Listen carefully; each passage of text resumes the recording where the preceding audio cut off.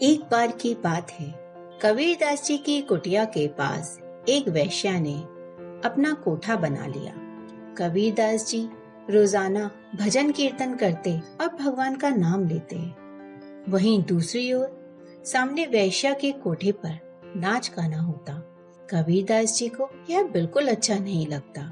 वहाँ बड़े ही अजीब व गरीब लोग आया करते थे, जो गंदी गंदी बातें और हरकतें करते थे। नाच गाने की आवाजों से कबीरदास जी प्रभु के ध्यान लगाने में बाधा महसूस करने लगे। एक दिन कबीरदास जी वेश्या की कुटिया के सामने गए और उसे बाहर बुलाया। कबीरदास जी बोले, आप यहाँ जो कर रही हैं ना, वह बहुत गलत है और इससे मेरा प्रभु में ध्यान बार बार भटक जाता है। आप यहाँ से चली क्यों नहीं जाती?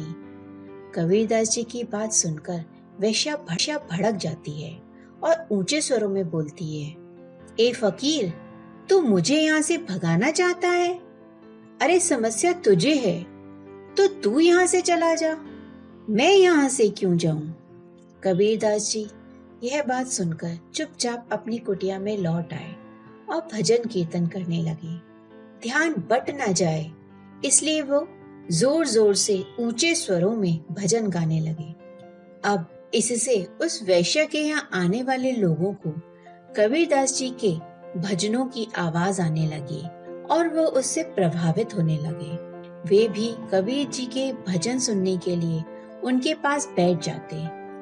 वैश्य ने सोचा, ये क्या हो रहा है? सभी लोग वहाँ क्यों चले जा रहे हैं? ऐसे तो मेरा धंधा चौपट हो जाएगा।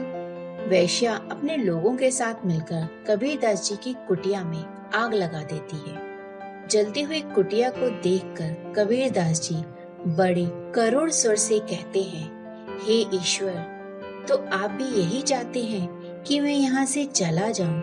ठीक है, मैं आपकी आज्ञा को स्वीकार करता हूँ। इसी दौरान एक चमत्कार हुआ और एक जोरदार हवा का झोंका आता है और उस आग को बुझा देता है। लेकिन वहीं उसकी एक चिंगारी वैश्या की कुटिया में लग जाती है।